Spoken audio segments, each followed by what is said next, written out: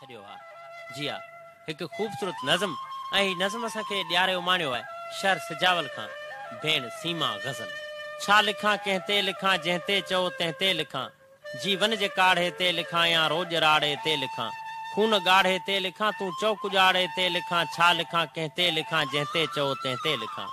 माग मोहन ते लिखां या पाप ॾोहन ते लिखां, देस धणियनि ते लिखां या देस दूहन ते लिखां, थर जे खूहन ते लिखां या पंध कोहन ते लिखां, कंहिं बुखायल ॿार ते या कंहिं बुखे बीमार ते, छा लिखां कंहिं ते लिखां जंहिं ते चओ तंहिं ते लिखां,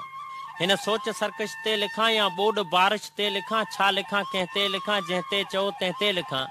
सिंध राणी ते लिखां या सिंध साणीअ ते लिखां, कीझर जी मोहाणी ते लिखां या अन्न पाणीअ ते लिखां, हाकिम्याणी सभु लिखनि मां हार याणी ते लिखां, छा लिखां कंहिं ते लिखां जंहिं ते चओ तंहिं ते लिखां, सूंहं वारनि खे छॾियो मां सोग वारनि ते लिखां, छॾत नागनि खे निहोड़ियूं नंग वारनि ते लिखां, बुज़दिलनि खे बाह ॾियो बुर्द बारनि ते लिखां, छा लिखां कंहिं ते लिखां जंहिं ते चओ तंहिं ते लिखां, ज़ोरज़ारीअ ते लिखां या आहज़ारीअ ते लिखां, राजदारीअ ते लिखां या राजवारीअ ते लिखां, चूर ज़ख़्मनि में थियल इन सिंध सारीअ ते लिखां, छा लिखां कंहिं ते लिखां जंहिं ते चओ तंहिं ते लिखां, छा लिखां कंहिं ते लिखां जंहिं ते चओ तंहिं ते लिखां। ऐसे मुंहिंजा सुरनि गुरनि साज़नि ऐं आवाज़नि सां सिंगारियल इहो अॼोको प्रोग्राम आईना ऐं अक्स, आईना ऐं अक्स जे हिन सफ़र मां अव्हां खां मोकिलायूं था इन्हनि सिटुनि सां, गुलाबी घटाऊं छॾे था वञूं, बसंती हवाऊं छॾे था वञूं,